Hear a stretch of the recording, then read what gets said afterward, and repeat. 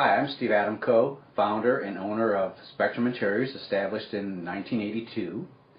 What we do here is residential, commercial, custom furniture design, lighting design, and just about anything that you can think of. What we provide here is a look with an ambiance. And of course, ambiance is very important to us because it's part of that intangible feeling that it touches the mind, the will, the emotions, and the heart of the individual that we're dealing with. So we cover the whole state of Michigan and have a job that was completed down in St. Croix in the Caribbean. So geographics don't really bother us too much. What I want to focus on is the design seminars that we offer, and they range in time from an hour to 3 hours. And I want to take a little bit of time and focus on the 3-hour one. And the 12 topics or areas of interest that we cover, it really is focusing on the process of interior design, so that people understand what it takes to do a design job and have it turn out really, really well, or actually hit the target that's established. So the number one thing that we start out with is the dream, and it's really your dream. It's about what you want, what you need, maybe what you want that you don't think that you can have, but at this point we want to be very creative and open because you never know what might happen. So we don't want to put any constraints on your imagination at this point. We want to kind of let it freewheel and see what we come up with. So it's all about you at this point, you know. And of course, it's all about you at every point of the design process. But we really want to focus on you because you're the pivot point of the whole design concept, because it's the environment that you're going to live and reside in, and it also forms the backdrop for you. So that's number one. Number two is we're going to focus on the discovery journey. And really, it's kind of like a journey because most people have never really thoughtfully considered what it is they totally want to accomplish. You know, like somebody might say, well, I want it to feel cozy and comfortable. Well, what does that mean to you? And how is that going to actually develop in a tangible way so that all the elements of that environment all add up to what it is that you wanted in the first place? So that's important to go through that process, which incorporates a lot of questions, the right kind of questions, great answers, detailed answers, so that we can get the end result. So it's a very critical step of discovery. It's kind of like what a lawyer would do in a sense. You want to find out the facts, the givens, the things that you have to deal with, the things that can change in an environment or a structure, what things are important to you, what things can't you live without, how do you live now, how do you want to live in the future, what kind of changes might be in the future. We want to be able to accommodate those. Then number three would be your lifestyle statement. Well, this functions kind of like a mission statement or a business statement. So we want to take the information that's been culled from talking about your dream and about what you want, and then all the things that came from the discovery process, and put them in a paragraph that talks about what it is we want to accomplish, the look, the ambiance, the feel, the emotions. We want to really define this in a very descriptive way so that we have a yardstick, so to speak, for measuring everything that happens from there on out to the end of the design process. So it's very important that we get this mission statement because it eliminates a lot of the fluff and a lot of the things that you really don't need to take your time up with. You don't need to look at certain things, and there's a host of materials and furniture and lighting and things to go through, and most people would be totally overwhelmed if they were able to go through all the things that are totally available in the world today. So that helps to alleviate a lot of the extraneous details that aren't necessary to the project, and quite frankly, it will eliminate a certain amount of stress to certain people, especially people who feel overwhelmed. So we want to create a very comfortable process where stress really isn't a part of that. Okay? Now, closely allied with that is the budget, or what I would call your vested interest, because you surely have a vested interest in the amount of money that you want to invest in a project. So the idea is that we don't want to spend your money, in a sense, just merely spend it. We want to invest it with a view towards a return on your investment. And that return can happen in a lot of different ways. It could be intellectually stimulating, emotionally satisfying, visually pleasing. We want to be able to factor in all these things and create this sense of completeness, and that you feel totally satisfied with the end result. So, and then we want to make sure that we're being very honest about the budget, because there's no sense designing a room for $100,000 when you only have a budget for $15,000 or maybe less than that. It depends on the situation.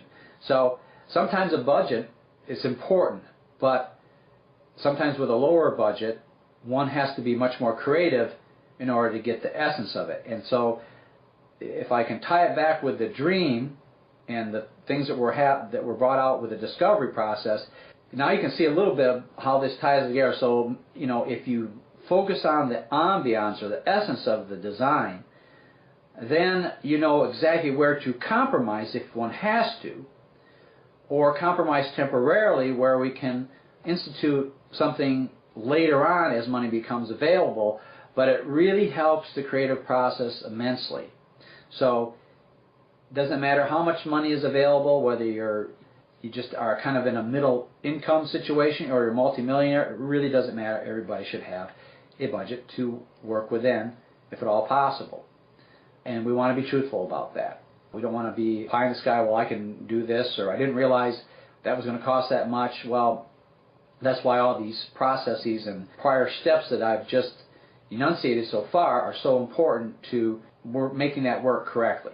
And all these processes, all these steps are really tied in together. They're really tied in together just like the human body is tied together. One thing is connected to something else, either directly or indirectly, but it's all part of the whole process, the whole design. That brings us to the importance of a master plan. The master plans are important from this standpoint. Not everybody can do a design job in one fell swoop. A lot of people have to take 2, 3, 4, 5, up to 10 years, and maybe sometimes 20 years to fully develop the concept. And it's important to have a concept. I saw a quote just recently where, a clear picture of a fuzzy concept, that's just not going to work, is it? Master plans are important because they are the guiding principle. It forms the trajectory, so to speak, from point A to point B. So we don't want to deviate. That's why all those prior steps are so important to defining the target so we can hit the target in the bullseye perfectly. Okay?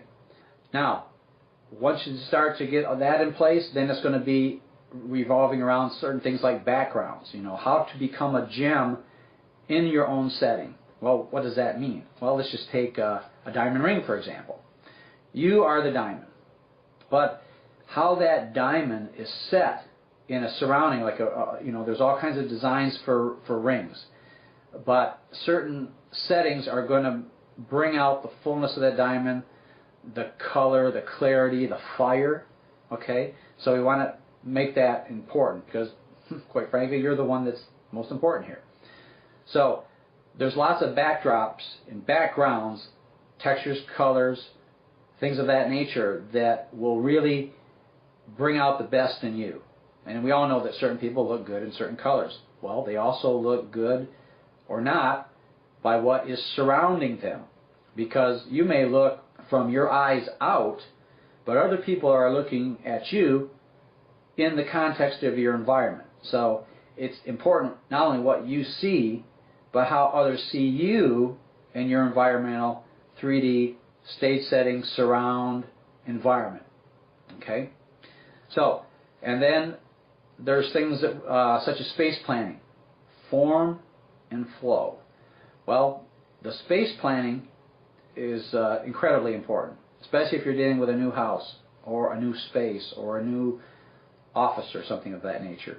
Other times you have an existing building or home that has a layout that maybe you can't change. In some cases, there are walls that can be removed or reallocated or whatever, or the space can be reconfigured to function a lot better. And really, if you take a floor plan, let's say a condo, for instance, and two condos have the same footprint, they look the same, they could be mirror images of each other, but how that interior space is configured is going to make one of those condos a winner for you and the other one not a winner for you. Okay, so it's very important that the floor plan, the way the walls and doors are allocated, work well for your lifestyle, how you flow through a space, whether you do entertaining or not. It's incredibly important. As a matter of fact, in the seminar I show a room, same size, and change up the door and window openings, and that determines the traffic flow from different points into the room and through a room. And so it can either open up space for larger groups, or it can cut it up into small pieces that it's not worth hardly anything. And then sometimes you have to reconfigure and redirect the traffic flow with the furniture arrangement. But again, everything takes place within an architectural confine. So that is the foundation of a good room or a good environment. So we cannot overlook the importance of good, strong architecture in an environment. Okay, after that, we're talking about windows and dressing your windows. Now, windows are kind of a transitional element, so to speak. They function as architecture, and they function as other ways to add accessorization to a space in a big format, because it can be draperies, lambrequins, blinds, shades, all kinds of things that factor into what the ultimate ambiance is that you want to achieve. And sometimes you have to change the appearance of the proportion of the windows to better coincide with the room or what you're doing. So sometimes there's things you do that are what I call sleight of hand. You make a window look wider or taller than it actually is, and you do that with window treatments. And so that's an extremely creative aspect to look at with somewhat of an architectural eye, so that that money particularly is invested correctly, because one can spend a lot of money on window treatments. Also, lighting is another big topic that we discuss and help people realize that lighting is important for not only the look of the space, but all the emotion that you promote with it. And quite frankly, you can destroy a room with the flick of a switch.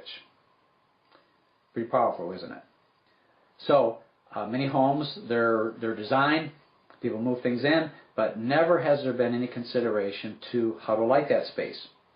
Or many people have placed fixtures or cans, as we call them, in places, and the lighting still doesn't work correct. Well, let's back it off and realize that it's the lamp or the light bulb that does the job. And with every lamp and light bulb, there's different what we call photometrics about it. There's beam spread, there's intensity, there's the color of the light, whether it's an A lamp, an incandescent, whether it's par 36, whether it's MR16. They all have different color temperatures. That's why materials will look different. You'll find it in many cases in a jewelry store. They might have low voltage lighting, or these MR16 little tiny bulbs that are mirror faceted, that are balanced throughout the color spectrum, because they want to make that diamond look phenomenal. And as light's put through a diamond, it separates into its respective color bands, which is where we get the rainbow from, and the color circle and all of that. So that's very important. And also the direction of lighting, how it hits a piece of artwork, a sculpture, how it comes down on furniture, all is important, and especially zoning lighting, so that you can enhance different concepts, different moods, different atmospheres at different times of the day. Very important to kind of plan that aspect in as well. Then we talk about coloring your world, and we go into the whole aspect of color. You've got color, you've got pattern, you've got texture, and how those are all interrelated and how they function together. And there's a lot of things that go on with different color trends and things of that nature. But what we really want to concentrate on is strongly on the individual. And so color trends and fads, well, they come and go. So sometimes when people get caught up into that, I mean, it can be good to a certain point, but then everybody jumps on the same bandwagon, and then pretty soon everybody, you and your neighbor, have the same type of look because that's what's hot now. And that's not how, in my opinion, interior design should be approached, because there's a lot more to your environment than just that. So you are a unique individual, a unique person, and therefore it should be approached just as uniquely, just like a tailored suit, just like a special dress that is made just for you and no one else, or for a guy. A custom-made suit, measured and tailored for nobody but him. Okay? So that's how I look at things. You know, I'm very individualistic about this. And does it take a little bit more time? Yes, it does. One could say, well, I'm just going to, do this because that's a hot trend for now, and then everybody is so duplicatable that there's no personalization to that. So you look at all the colors in the world, all the textures and things like that. There's no reason why you can't be unique, as each snowflake is unique. The other thing is textural orchestration. Texture is the greatest modifier of formality or informality. And so that's the one element that is so often overlooked and underutilized. Most people think of color and pattern. Well, that can be nice to a degree, but most people are tactile people. They like to feel and touch things.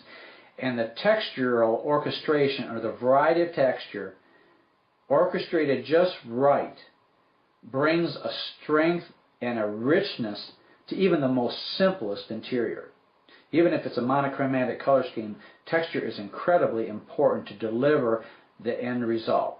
And so what we want to do is bring that involvement of people into it. I like to use an analogy sometimes for a newborn baby.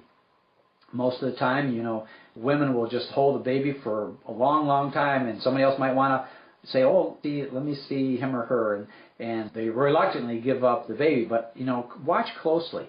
A lot of times, women be rubbing the arm or the leg continuously, and do they ever stop and say, oh, I've had enough of that? Because the baby skin is so soft and just ultra silky, and even the smell of a baby. So these are all things that are important to connect with in your environment. So that's part of what Ambiance is all about, that intangible essence. So then, after the textural orchestration, we talk about accessorizing. And here, the little things mean everything. And really, what woman would disagree with that? Little things mean a lot. So, a lot of times we might be involved in doing furniture plan and furniture selection and all the architectural stuff that goes into it, as far as architectural backgrounds like designing custom moldings and things of that nature, or custom furniture. But at a certain point, many people think, well, I can't handle that part of it by myself, but I can do the accessorization by myself.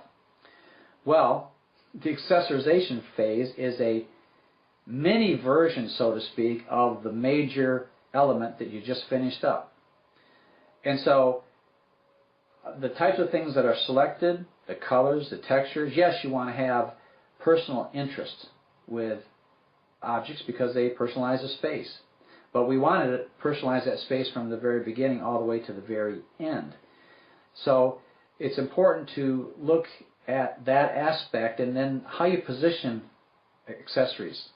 Sometimes they can not say anything, and then you adjust the positioning so they have a closer proximity to each other, and it's just, but they come together like kind of like the Three Musketeers, all for one and one for all, and they make a big impact more than just that individual. So that's why backgrounds come into play again. And backgrounds could be a cocktail table, a side table. It could be marble, it could be wood, it could be your eye is looking down on those elements. Just like originally when I talked about the backgrounds were so important. Well, when you look at a space, there's a lot of furniture that you're seeing that the wall and the floor are both a backdrop in your line of vision. So it's important that the color and the texture and everything enhance the fabric on the sofa or the upholstery or the shapes of furniture, whether they be upholstered goods or case goods or art or sculptures or what have you. So this is very, very important. So a lot of times people will say, oh, I can handle that part of it. But the interesting thing of it is many times they've gotten to a certain altitude, like in an airplane, they've gotten to 30,000 feet, but then they say, okay, let me take over. So together we get up to that altitude, and then they say, oh, let me jump in the cockpit here, and let me jump in the pilot's seat, and I'll take over from here. Well, training has a certain amount to do with keeping everything stable and in flight at a certain altitude. So it's the same thing here, and I've seen many times where they said, well, I'm going to take over from here, and the whole concept just starts to go right downhill, like a plane just almost dropping out of the sky. Everything that was developed up to that point is starting to disintegrate to a certain degree. Okay, so it's better to have at least a collaborative effort on that. If not, let the designer handle that and help you through that so that you get the best aspect. And it's just like, it's no different than women selecting a nice, beautiful dress. It's cut, tailored correctly, it's got the right material, it flows, it hangs nice, it's just wonderful. It's like perfect by itself. Okay, well then it's kind of like, okay, now we're in, after that, it's the accessorization stage, right?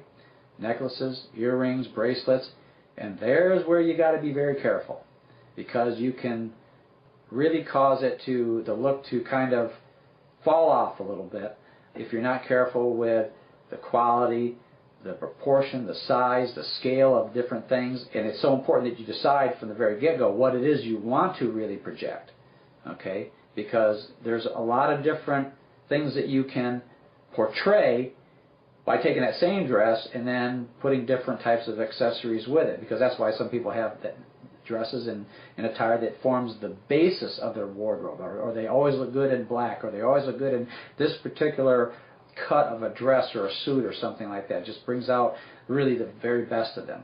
So anyway, that gives a little bit of an overview of the 12 different aspects that I go through that compose the process of design from the very beginning of concept to the final completion, and how to get from point A to point B in an unerring, laser-like fashion, so that we going through and the end result is that we hit the target exactly.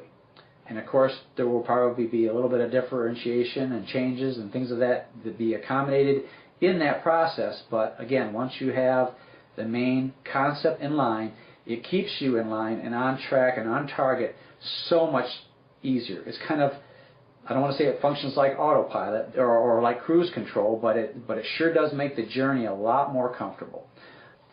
We don't really go by particular trends that are current at any particular point in time, mainly because people themselves don't actually change their personality in trends and cycles, so to speak. Their clothing may change and whatnot, but the environmental context, which incorporates a fairly large amount of money over time, that's important to synchronize that with the individual and their personality and the uniqueness of the personality. So we would rather focus on an individual and do proper discovery work, if you could say, ask the right questions to get the right answers and deliver the right results. So it's very important that we invest the client's money properly and wisely. We'll never have subscribed to the idea of spending a person's money, would rather invest it, and therefore deliver to them more of what they would like to see, even if they don't know what it is they would like to see.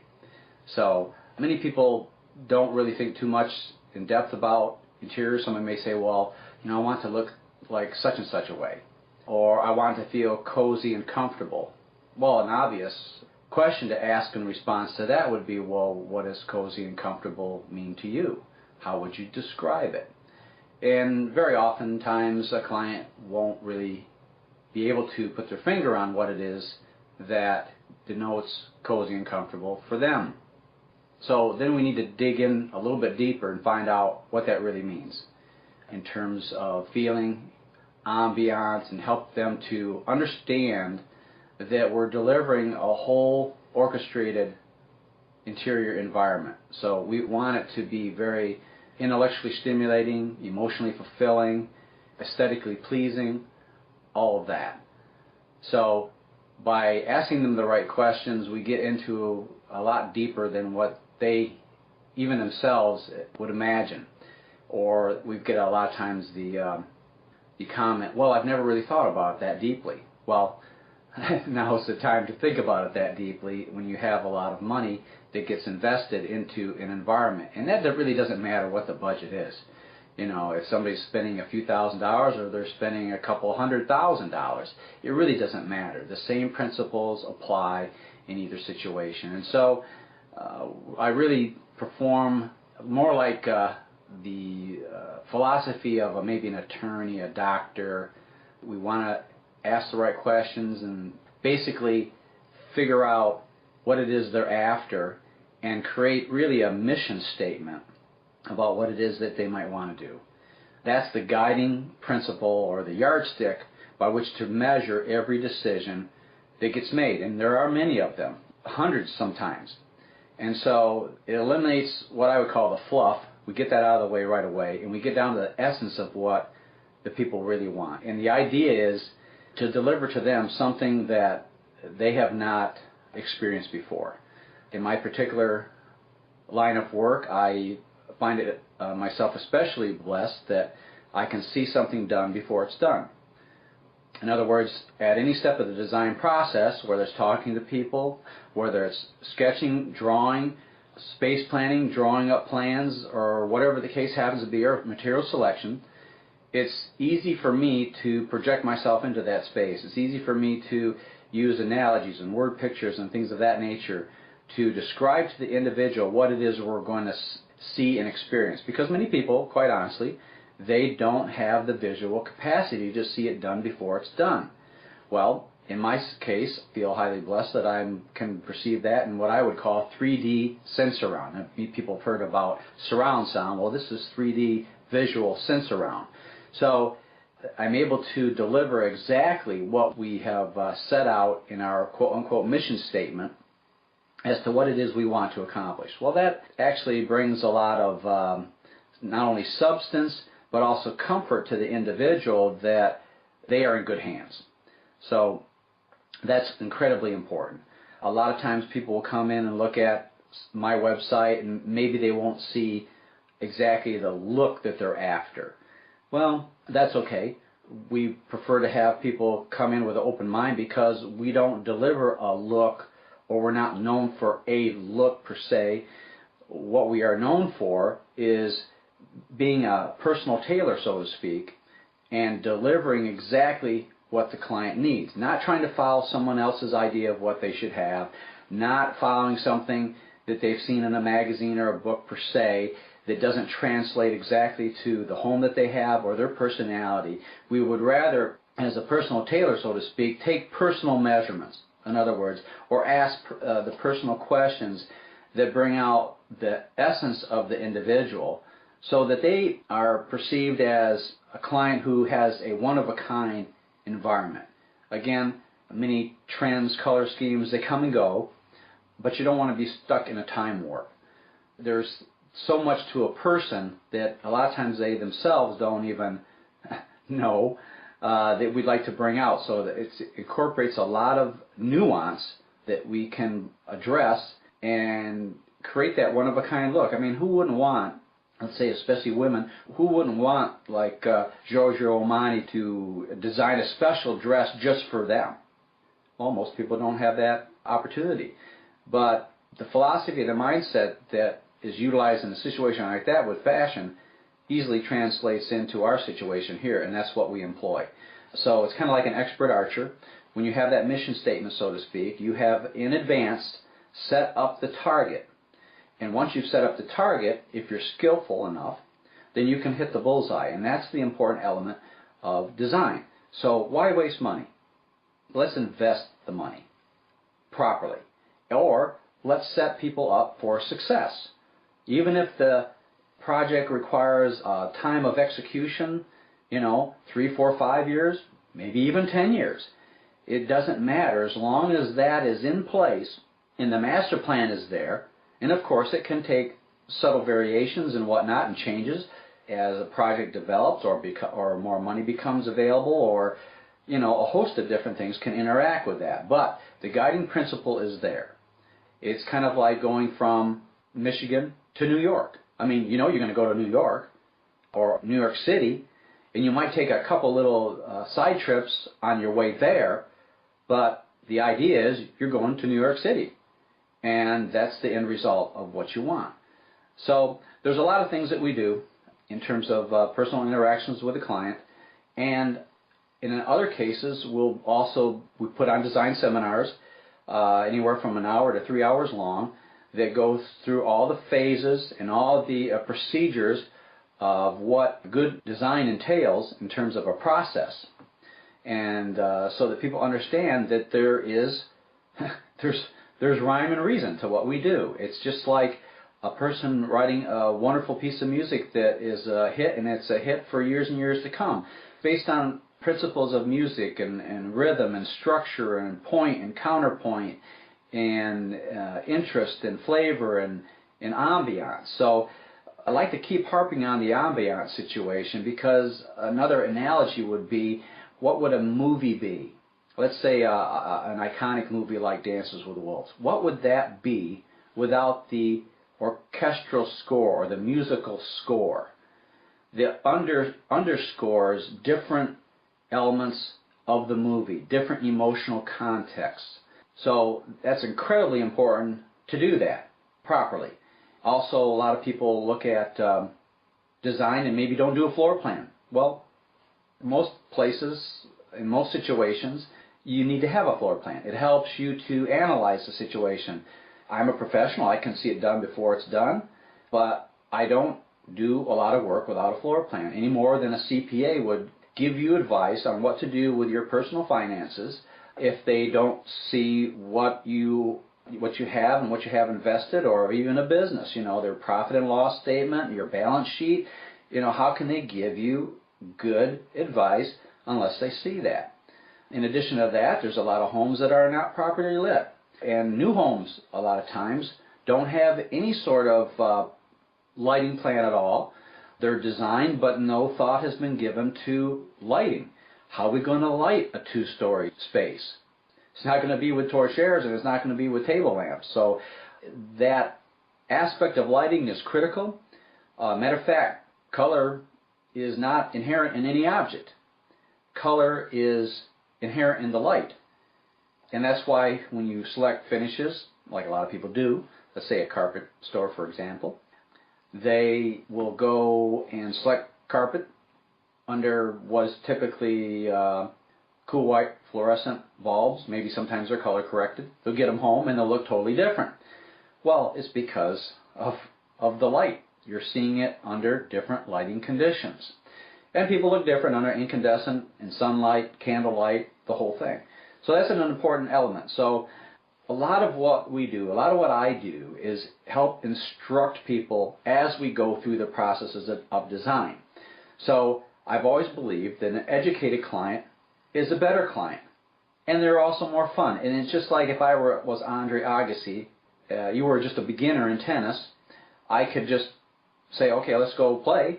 And you could get incredibly frustrated because every time I hit over the net, it never comes back to me. And at that point, you may say, geez, I give up. But if I were Andre Agassi and I said, hey, wait, let's do this. Why don't I give you a couple lessons and then kind of narrow the gap between you and me, then we'll play after that.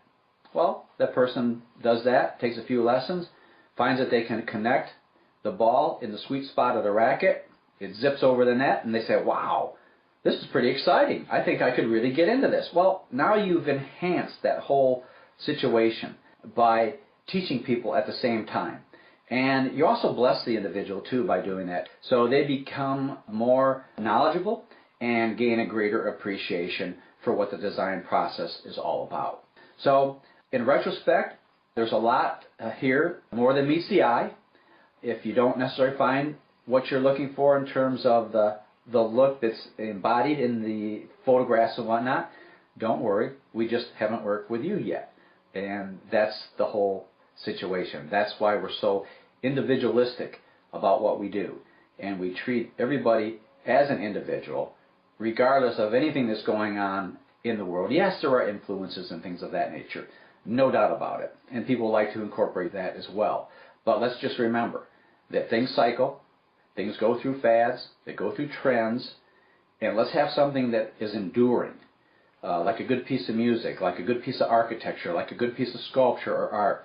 Let's do that, because that is going to be a lot better for you. And also, when it's done that way, it can move with the changing of time and the changing of seasons and the changing of individuals' personality. So that's incredibly important. So again, all the contact information is here on the website, so I definitely encourage you to look more in depth. And if you have any questions, by all means, give me a shout, give me a call. I'd love to talk to you. Have a great day.